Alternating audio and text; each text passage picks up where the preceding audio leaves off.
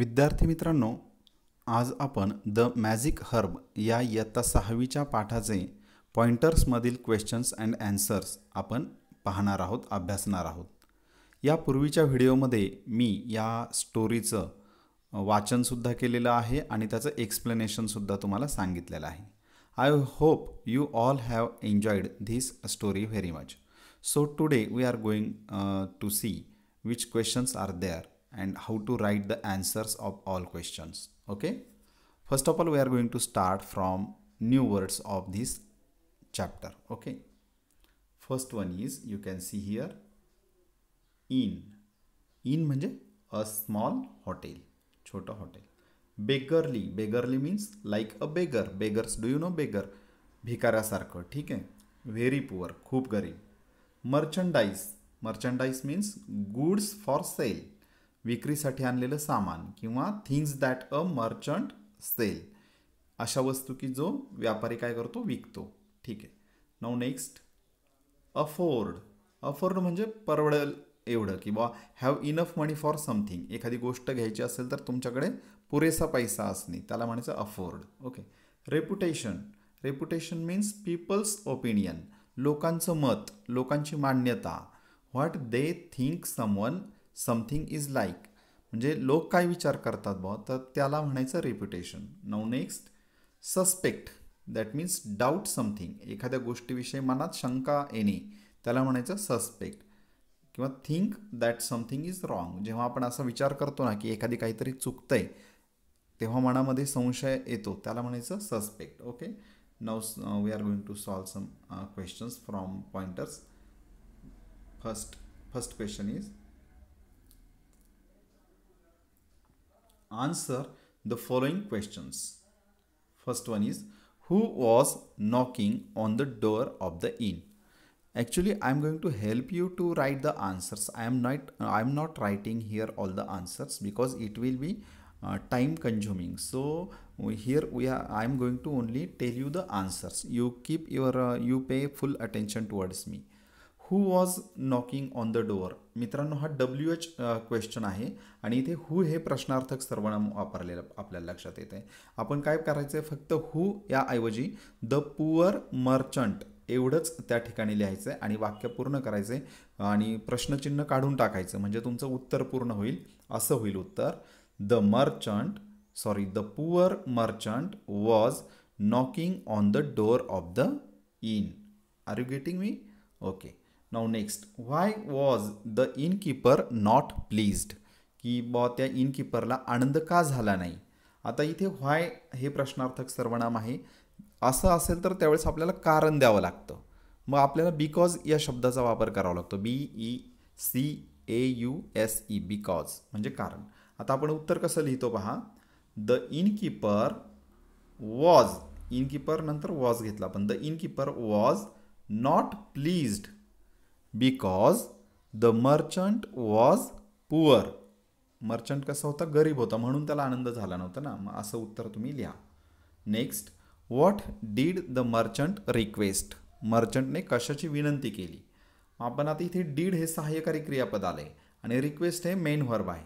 आपण उत्तर लिहिताना कसं करायचं पहा. द मर्चंट, द म्हटल्यावर टी कॅपिटल काढणं गरजेचं आहे. बरेच मुलं टी कॅपिटल काढत नाहीत, पहिलं अक्षर. मग द मर्चंट रिक्वेस्टेड, डीडमुळे इकडं ईडी लावला, आपण भूतकाळ केला. The merchant requested to prepare a simple dinner for him, त्याच्यासाठी साधं जेवण तयार करण्याची विनंती त्याने केली. ठीक आहे. Now next, question number 4, why did the innkeeper not drive the merchant away, की इनकीपरने त्याला हकलून का दिले नाही, व्यापाऱ्याला त्या दूर हकलून का दिलं नाही. लक्षात आलं का याचं उत्तर तुमच्या. Why did the innkeeper not drive the merchant away, काय बरं कारण. आता इथे पुन्हा व्हायने प्रश्न सुरू झाला आहे ना, मग तुम्हाला इथे सुद्धा कारण द्यावं लागेल त्याचं. मग आता उत्तर लिहिताना कसं लिहावं लागेल पहा. The innkeeper did not drive, इथे डीड तसंच घ्यायचं सहाय्यकारी क्रियापद, कारण नकारार्थी आहे ना. The innkeeper did not drive the merchant away because that was not good for their reputation. कारण ते काय होतं, ते त्यांच्या रेप्युटेशनसाठी चांगलं नव्हतं. म्हणून मग उत्तर असं लिहावं लागेल. पुन्हा एकदा सांगतो, the innkeeper didn't drive the merchant away because that was not good for their reputation. Now next question number 5. You can see here, what was the speciality of the magic herb. ते जे औषधी वनस्पती होती ना, जादुई औषधी वनस्पती, तिची काय खास बाब होती. स्पेशालिटी म्हणजे खास बाब काय होती असं विचारले तर उत्तर कसं येईल, the speciality of the magic herb, the speciality of the magic herb was that whoever eat that herb forgets something. जो कोणी ती वनस्पती खातो तो काय करतो, काहीतरी विसरतो. ही त्याची स्पेशालिटी होते. You can find all the answers from the passage. Okay. Question number 6 now. What did the merchant forget. Merchant काय विसरला. काय विसरला रे. मर्चंटने शेवटी बिल दिलं का, नाही दिलं. मग तेच आपल्याला इंग्रजीत सांगायचं आहे. द मर्चंट, आता इथे पुन्हा सहाय्यकारी क्रियापद डीड आहे. फॉरगेटचं फॉरगॉट हे भूतकाळी रूप तुम्हाला वापरावं लागेल. The merchant forgot, the merchant forgot to pay the bill. Okay. आता अशा प्रकारे 6 प्रश्नांची उत्तर आपण इथे पाहिलेली आहेत. So now next question number 2. Form groups, convert the story into a play. तुम्हाला ती जी स्टोरी वाचली ना तर ती तुम्हाला कन्व्हर्ट करायची म्हणजे रूपांतरित करायचे. कशात. Story into a play. Play म्हणजे नाटक. तुम्हाला नाटकामध्ये त्या स्टोरीचं रूपांतर करायचं आहे. रीड युअर प्ले अलाउड आणि मग तुमचं प्ले काय करायचं, तुम्ही मोठ्याने वाचायचे. ओके. परंतु आता nowadays it is very difficult to make a group, so you can avoid this activity. Okay. Now next, one thing is important that you can convert that story into play and then one act play. म्हणजे मला काय म्हणायचं आहे की तुम्ही एकटेच ते सगळं प्लेचं वाचन करून तुम्ही तो रेकॉर्ड करून मला पाठवू शकता. ठीक आहे. Question number 3 here. Describe the merchant and the innkeeper with the help of the story and using your own imagination. आणि तुमची स्वतःची कल्पना वापरायची. स्टोरीमधील जी वाक्य आहेत त्यांचीही मदत घ्यायची आणि तुम्हाला काय करायचं, डिस्क्राईब करायचे, वर्णन करायचे. कोणाचं. The merchant and the innkeeper. Merchant म्हणजे तो व्यापारी आणि इनकीपर म्हणजे तो हॉटेलचा मालक. या दोघांचंही तुम्हाला वर्णन करायचं. पहा, तर ते तुम्हाला करता येईल. It is not very difficult because I am going to suggest few lines of each personality. First of all I am going to tell about the merchant. Now you can see, you can write there some sentences like the merchant was poor and tired. He wanted to spend the night at the inn.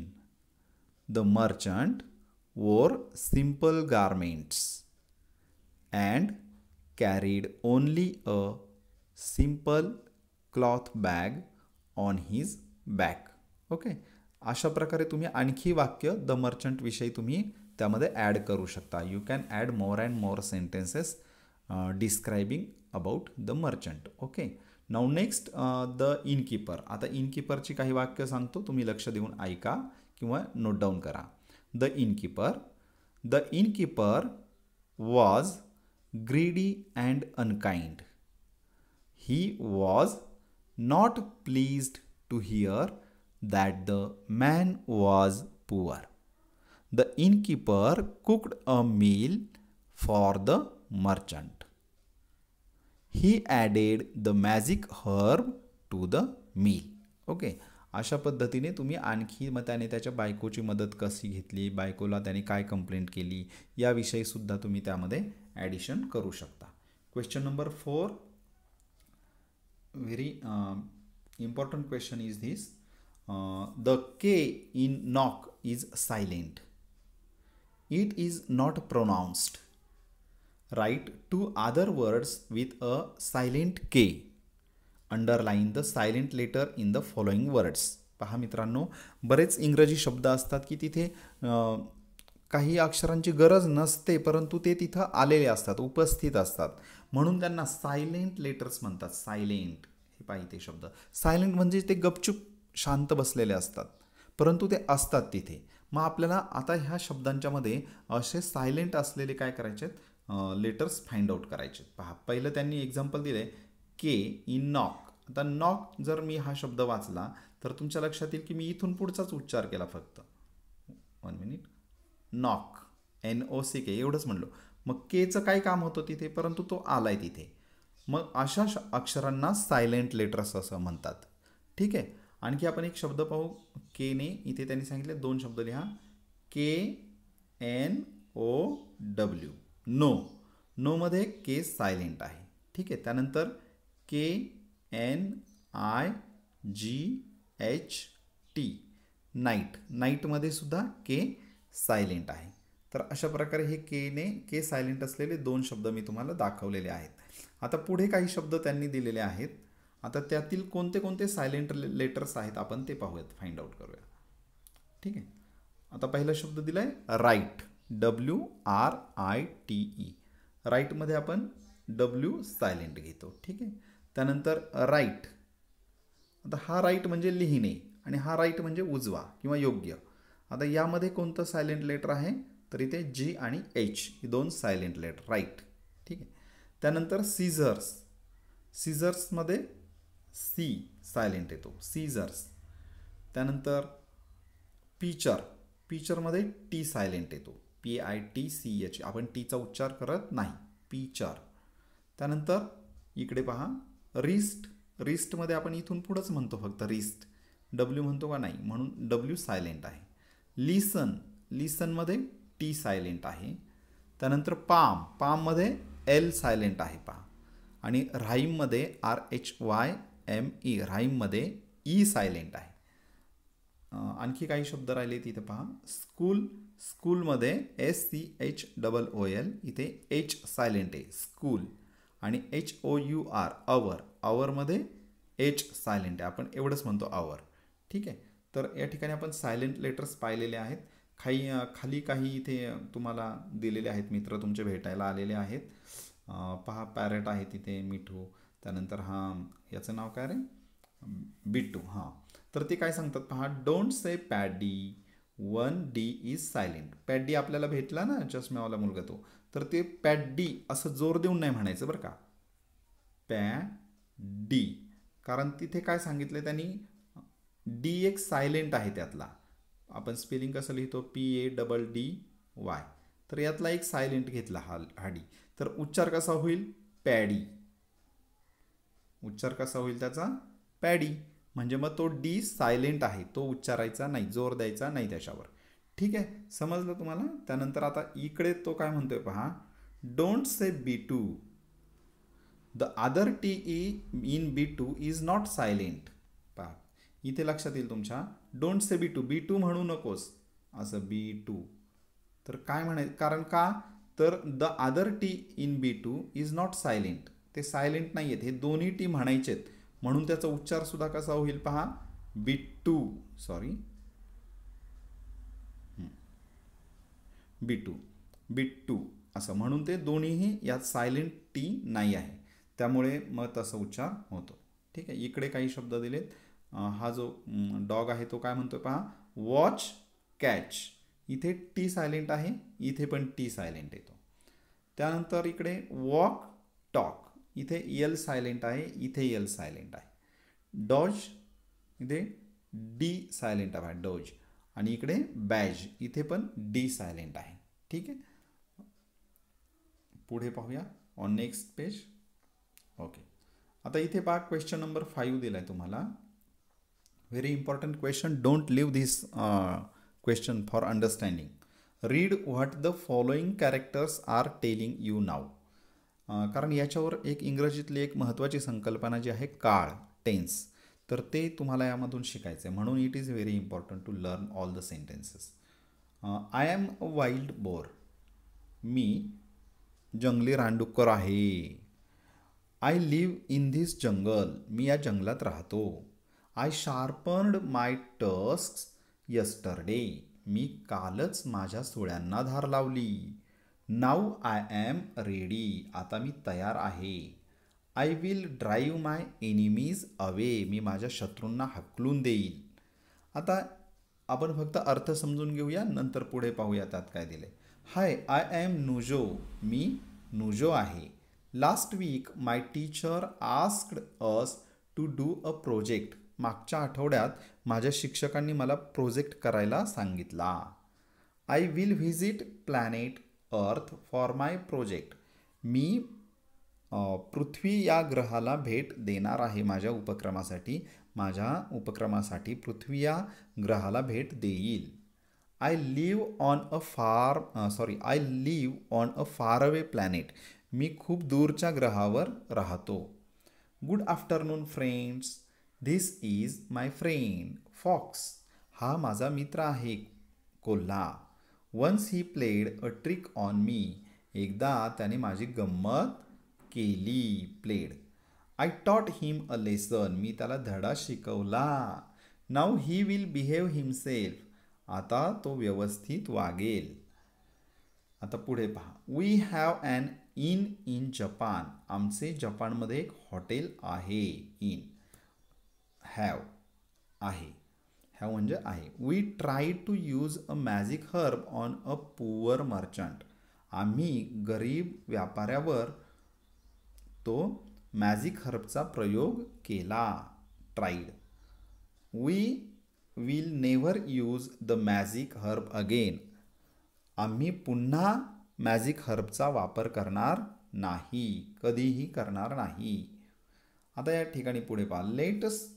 Let's इथे let us असतं. हां, late आणि अस असं दोन असतात, परंतु ते ॲपोस्ट्रॉफीमुळे जोडले जातात आणि त्याचा लेट्स होतो उच्चार.